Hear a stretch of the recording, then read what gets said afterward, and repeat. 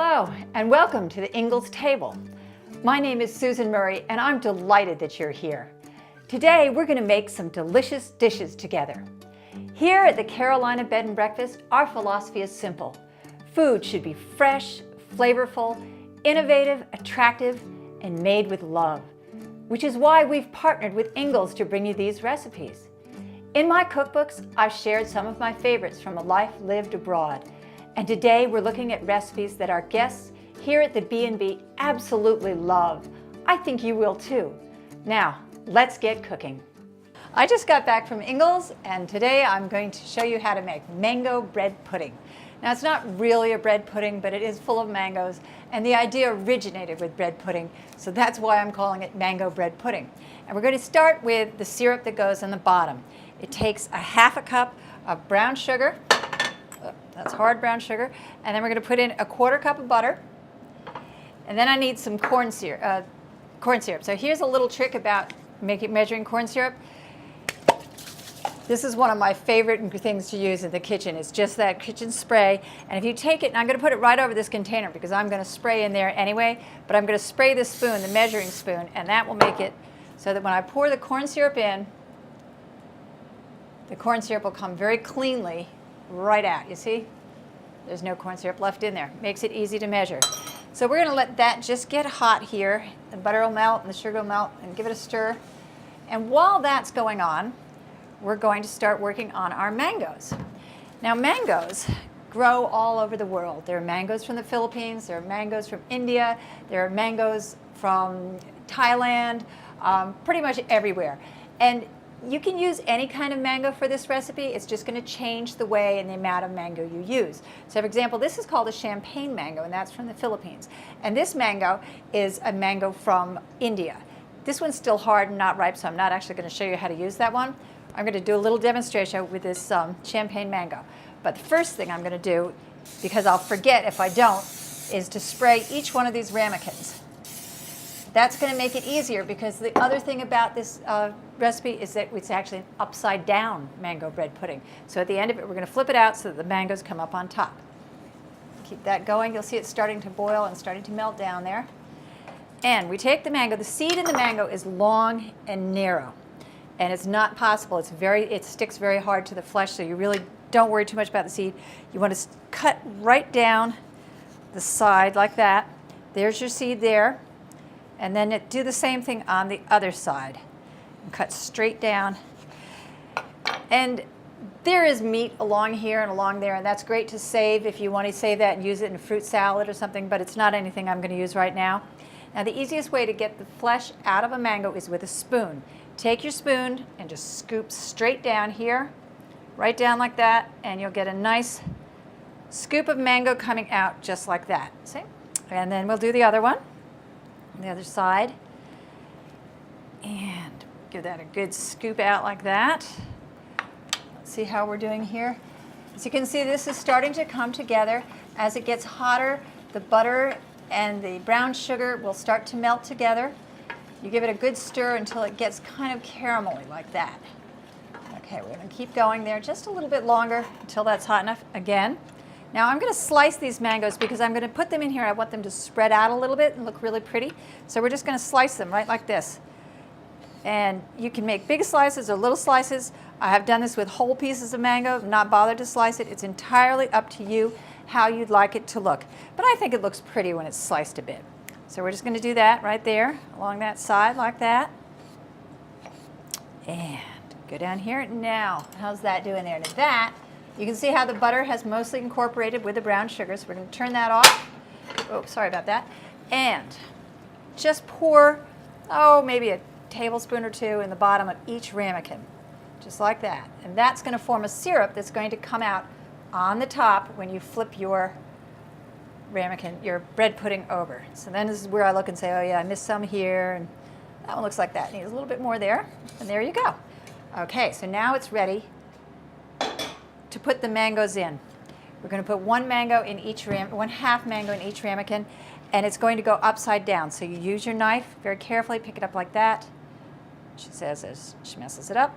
You notice you can do this 100 times in your life, and you have to do it in front of people. It messes every time. And then give it a nice little push. so that it really goes down inside the syrup there.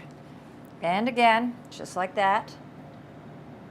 All right, I'm going to go ahead and fill the rest of these these ramekins up with mango, and then I'll be right back. So we've got all of the mangoes and the syrup in the ramekins, and now this is what makes it bread pudding. Now I know you're going to laugh at me that this little amount of bread is going to go in here, but this is the magic of this dish. This is just plain cubes of white bread, and if you actually watched my demonstration of Carolina French toast, you will have heard me say that I'm going to save that for another use. That's what I saved it for. So we're just going to take, not even a little handful of breadcrumbs for each ramekin here, and stick that in just like that. Spread that out, there, and there. And so you see that was in this whole container, maybe half to 3/4 of a cup of breadcrumbs that I'm going to put somewhere over there. So it doesn't take a lot. I'm not exactly sure how it works, but it works. The bread just kind of spreads out and makes everything thick and helps it rise. Now in this bowl I've got 8 eggs. We're making our batter. Take 8 eggs. This is 2 1/4 cups of half and half, right? Half and half is a bed and breakfast innkeeper's friend. We use it a lot. It's just a wonderful thing to cook with. And then we've got some flavorings here. A little Grand Marnier. I'm going to take 1 tablespoon of Grand Marnier, put that in here, just like that. And then some vanilla. And vanilla on this one. We've got it all together. And once again, you could put this in a blender, you can put it in a mixer, or you can pull out your immersion blender and blend it all up. I love my island here because it's got electric points right in it. So here we go. We're going to give that a good blending.